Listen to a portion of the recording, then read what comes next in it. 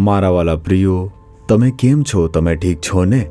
પ્રભુ ઈસુ ખ્રિસ્ત તમારા વિશે ખૂબ જ ચિંતા કરતા હોય છે. શું તમે કોઈ સમસ્યામાં ફસાયેલા છો અને આ કાર્યક્રમ તમારા હૃદયમાં કોઈ ઘા અથવા દુઃખ સાથે જોઈ રહ્યા છો? શું એવું કોઈ દુઃખ છે જે તમે કોઈને શેર નથી કરી શકતા? તમારું હૃદય તે દબાઈ ગયું છે? શું તમે તમારી અંદરથી ખૂબ જ રડી રહ્યા છો? કેટલાક કહે છે ને, હું બહારથી તો સારો છું, પરંતુ જુઓ, હું મારા હૃદયની અંદર ખૂબ જ રડી રહ્યો છું, દુઃખી છું. શું તમે પણ આવી કોઈ પરિસ્થિતિમાં છો? તેનું કારણ શું છે જાણો છો? એક દુઃખ છે. તમારા હૃદયમાં તે આવ્યું છે. કોઈ બાબતને લગતું દુઃખ આવ્યું છે. તે તમારી અંગત બાબત હોઈ શકે છે. કોઈને શેર નથી કરી શકતા એવું હશે. તમારા પરિવારને લગતી બાબત હોઈ શકે. તમારી નોકરી કે વ્યવસાયને લગતી બાબત હોઈ શકે છે. કોઈ પણ વાતે તમારા હૃદયને ખૂબ જ અસર કરી છે. શું એવી રીતે તમારા હૃદયમાં કોઈ દુઃખ આવ્યું છે? હવે પ્રભુ તમને પોતાનું એક વચન આપે છે. પ્રભુનો ભક્ત શું કહે છે જાણો છો? ગીતશાસ્ત્ર 94 તેનું 19મું વચન. મારા અંતરમાં પુષ્કળ ચિંતા થાય છે, ત્યારે તમારા દિલાસાઓ મારા આત્માને ખુશ કરે છે. હે પ્રભુ, જ્યારે મારા મનમાં ચિંતા આવે છે અને દુઃખ આવે છે, તમારા દિલાસાથી મને આનંદ થાય છે. જ્યારે આપણા મનમાં ચિંતા ખૂબ આવે છે, આપણું હૃદય તે આરામ શોધે છે અને તે આરામ વિના ખૂબ જ પીડાય છે. કેટલાક સમયે આપણને આરામ મળતો પણ નથી. જો કોઈ નુકસાન અથવા જો કોઈ નિંદા, જો કોઈ મુશ્કેલી અથવા નુકસાન આવે છે, આપણા હૃદયમાં તેની ચિંતા વધતી જશે અને વધતી જાય છે અને બોજની જેમ દબાઈ જશે. નિરાશા આપણા હૃદયમાં આવી જાય છે. આપણા હૃદયમાં કોઈ પણ આનંદ આવશે નહીં. ખાવા માંગશું નહીં, આપણે સૂવા માંગશું નહીં. તેની અસર ચાલુ થઈ જાય છે. આ પ્રકારના આત્માને શું જોઈએ છે? આશ્વાસન. શું કોઈ માણસ આશ્વાસન આપી શકે છે? માણસના શબ્દો આશ્વાસન આપી શકતા નથી. તે જ સમયે તે દિલાસો આપનાર લાગશે કે રડશો નહીં અથવા ડરશો નહીં. બીજા શબ્દો આમ કહેશે, બસ આટલું જ. પરંતુ જો પ્રભુની હાજરી ઉતરે છે ત્યારે જ આપણા હૃદયને દિલાસો મળે છે અને સુખદ થાય છે. ચિંતાઓ દૂર થઈ જશે અને દિલાસો આપણા હૃદયમાં આવશે.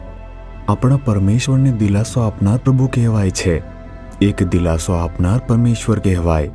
હું તમને દિલાસો આપનાર પ્રભુ છું તેમ કહે છે. તમને સાંત્વનાની જરૂર છે મારા દીકરા દીકરી. તમારું હૃદય તે ઘાયલ થયું છે. અંદરના ઘાવને કારણે જે તું કોઈને સાથે શેર કરી શકતો નથી, તેના કારણે ચિંતા વધી છે. તમારા વિચારોમાં હંમેશા ઉદાસી, હતાશા, દુઃખ અને સંઘર્ષ રહે છે. તમે હંમેશા પરેશાન છો. તમને આરામની જરૂર છે એમ તે કહે છે. હું તમને દિલાસો આપનાર પ્રભુ છું, પ્રભુ આમ કહે છે.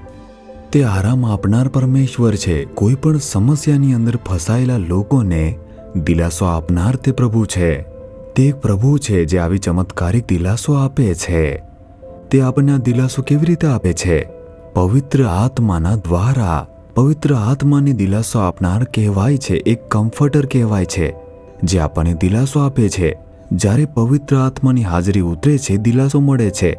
આપણે ચિંતાઓ દૂર થઈ જશે અને દિલાસો આવે છે. જુઓ, એક સમયે મને પ્રાર્થના માટે ઘરે આમંત્રણ આપવામાં આવ્યું. તેમના પતિનું અવસાન થયું હતું. તેથી તેમના હૃદયની અંદર ખૂબ જ ચિંતાઓ તે વધી રહી હતી. બાળકોએ તેને દિલાસો આપીને જોયું. તે પ્રભુને જાણતી હતી. તે પ્રાર્થના કરનાર સ્ત્રી હતી. પરંતુ તેના પતિના મૃત્યુથી તેના હૃદય પર ખૂબ અસર પડી હતી. તેના હૃદયમાં એક વેદના હતી જે કોઈની સાથે વહેંચી શકતી પણ ન હતી. તેથી તે મોટેથી રડી પણ શકતી ન હતી. તે કેવળ ઉદાસ રહેતી હતી. બાળકો તેને દિલાસો આપી રહ્યા હતા અને પ્રભુના સેવકો પણ તેને દિલાસો આપતા હતા. વારંવાર આવતા હતા, પ્રાર્થના કરતા હતા. પરંતુ તેણીને દિલાસો ન મળ્યો. તેણી ઉદાસ રહેતી હતી. હું ગયો હતો ત્યારે પણ તે ખૂબ જ ઉદાસ હતી અને દુઃખી હતી. તેના પતિને ગુમાવ્યા હતા અને થોડા દિવસો વીતી ગયા હતા ત્યારે પણ તે એવી જ હતી. તે ખૂબ જ દુઃખી રહેતી હતી અને મને સમજાઈ ગયું કે અમારા શબ્દો તેને દિલાસો આપી શકતા નથી. કેવળ પરમેશ્વરની હાજરી જ તેને દિલાસો આપી શકે છે. જો પ્રભુ ઉતરે અને તેને પોતાનો દિલાસો આપે તો જ તેનું દુઃખ દૂર થશે અને દિલાસો મળશે અને તે સુખી થઈ જશે. મેં ભારપૂર્વક પ્રાર્થના કરવાનું શરૂ કર્યું કે પ્રભુ, તમારી હાજરી, તમારો દિલાસો આપતી જે હાજરી છે તે તેના ઉપર ઉતરવી જોઈએ. આજે જ તેને તે જોઈએ છે મારા પ્રભુ. હું જે શબ્દો બોલું છું તેને દિલાસો આપી શકતા નથી, પરંતુ તમારી હાજરી દિલાસો આપી શકે છે. તેના હૃદયની અંદર ચિંતાઓ વધી રહી છે. જ્યારે મેં આ રીતે પ્રાર્થના કરી, પવિત્ર આત્માની હાજરી ઉતરવા લાગી. પવિત્ર આત્માની હાજરી ત્યાં ઉતરતાની સાથે આસપાસના દરેક લોકો અન્ય ભાષામાં પ્રભુની સ્તુતિ કરવા લાગ્યા. ત્યાં અમે પ્રભુની હાજરીને ઝાકળીની જેમ પડતી અનુભવી શકતા હતા. જેમ જેમ અમે આત્માથી ભરપૂર તેને પ્રાર્થના કરી, પવિત્ર આત્માની હાજરીએ કાબુ મેળવ્યો અને વિધવા સ્ત્રીએ પણ સ્તુતિ કરવાનું શરૂ કર્યું. તેણીએ મોં ખોલીને પ્રભુની સ્તુતિ કરવા લાગી. ત્યાર પછી તેનામાં મોટો ફેરફાર આવી ગયો. તે પ્રાર્થનાએ તેના જીવનમાં મોટો ફેરફાર લાવ્યો હતો. કારણ શું હતું? મેં પ્રાર્થના કરી એટલે નહીં, પ્રભુની હાજરી, પવિત્ર આત્માની હાજરી, તેમનો દિલાસો, તેના હૃદયની અંદર તેનો દિલાસો આવ્યો. તેણીએ તેના બાળકોને બોલાવીને કહ્યું, આટલા બધા દિવસોમાં ઘણા બધા લોકોએ મારી સાથે વાત કરી, તેઓએ મારા માટે વચન વાંચ્યા, મારું હૃદય દિલાસો પામ્યું નહીં. પરંતુ જ્યારે આજે પવિત્ર આત્માની હાજરી તે મારા ઉપર ઉતરી, તે ચિંતાઓ અને સમસ્યા અને બોજો મારા ઉપરથી દૂર થઈ ગયા અને હું ખૂબ જ ખુશ થઈ ગઈ છું અને મારા હૃદયમાં દિલાસો આવ્યો. બસ તે દુઃખ ફરી તેના હૃદયમાં આવ્યું જ નથી. જ્યારે તમારા હૃદયની અંદર ચિંતાઓ વધે છે, પરમેશ્વરનો દિલાસો તમને મળવો જોઈએ. આજે તમને પ્રભુ તરફથી આ દિલાસાની જરૂર છે. હું તેમની હાજરી તમને ભરી દેવા માટે પ્રાર્થના કરીશ. હું પવિત્ર આત્માના દિલાસા માટે આજે પ્રાર્થના કરીશ.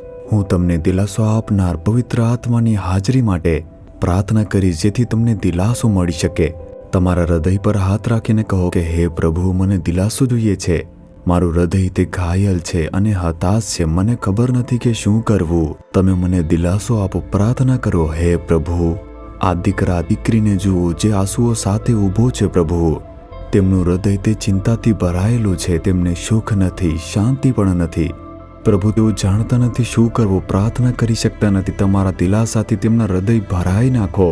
પવિત્ર આત્માની હાજરી આ દીકરાને દીકરીને ભરી દે. સર્વ દિલાસા આપો. તમારી હાજરીનો દિલાસો તેમના હૃદયમાં કબજો કરવો જોઈએ. પવિત્ર આત્માની હાજરી તેમાં કબજે કરે, ચિંતાઓ દૂર થઈ જાય. પ્રભુ, તેમના દુઃખ અને સમસ્યા તે દૂર થઈ જાય અને દિલાસા તેમના હૃદયમાં ભરાઈ જાય, ભરાઈ જાય, ભરાઈ જાય. આ દીકરાને આ દીકરીને તેનાથી ભરી નાખો. આ ઘાવને રૂપાંતરિત થવા દો. ઈશુના નામમાં, ઈશુના નામમાં આશ્વાસન મળી જાય. Amen, amen.